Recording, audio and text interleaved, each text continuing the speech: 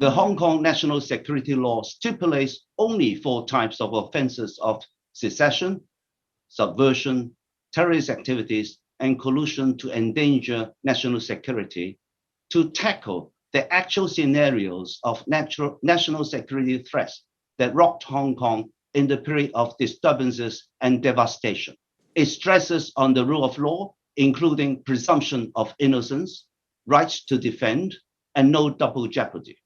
Half of Chapter 1, the first and foremost chapter, focuses on and emphasizes protection of rights and freedoms.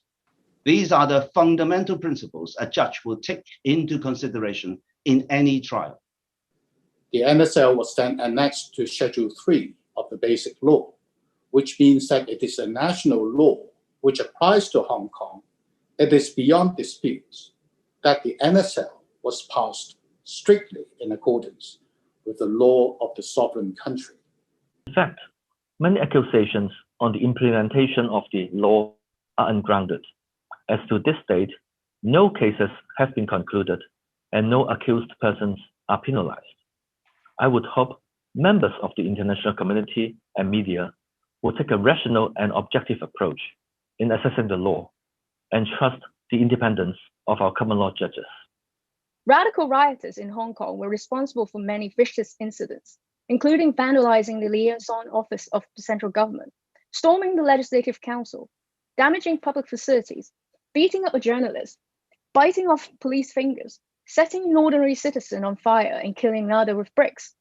I was one of the victims too. In October 2019, I was a candidate for a district council election.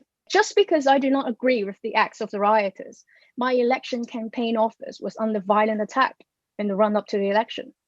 With the national security law in place, I feel much safer, and that the election would not be hijacked by black-clad rioters ever again.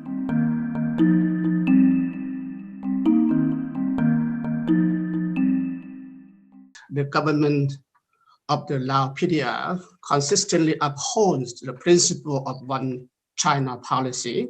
The Kingdom of Saudi Arabia supports the principle of one China policy, one country and 2 systems. Every country has the right and indeed the responsibility to safeguard their national security by taking necessary legislative and administrative measures to ensure public order, security, and safety.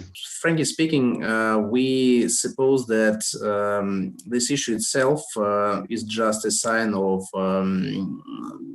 politicization of human rights and double standards in the work of Human Rights Council. That's why we oppose this. And this is Total News in Hong Kong. Some might worry that the NSL might affect people's freedoms, while others say there can never be freedom without responsibilities and restraints. I want to ask about their comments on this.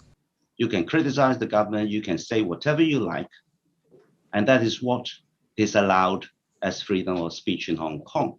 However, acts are very different.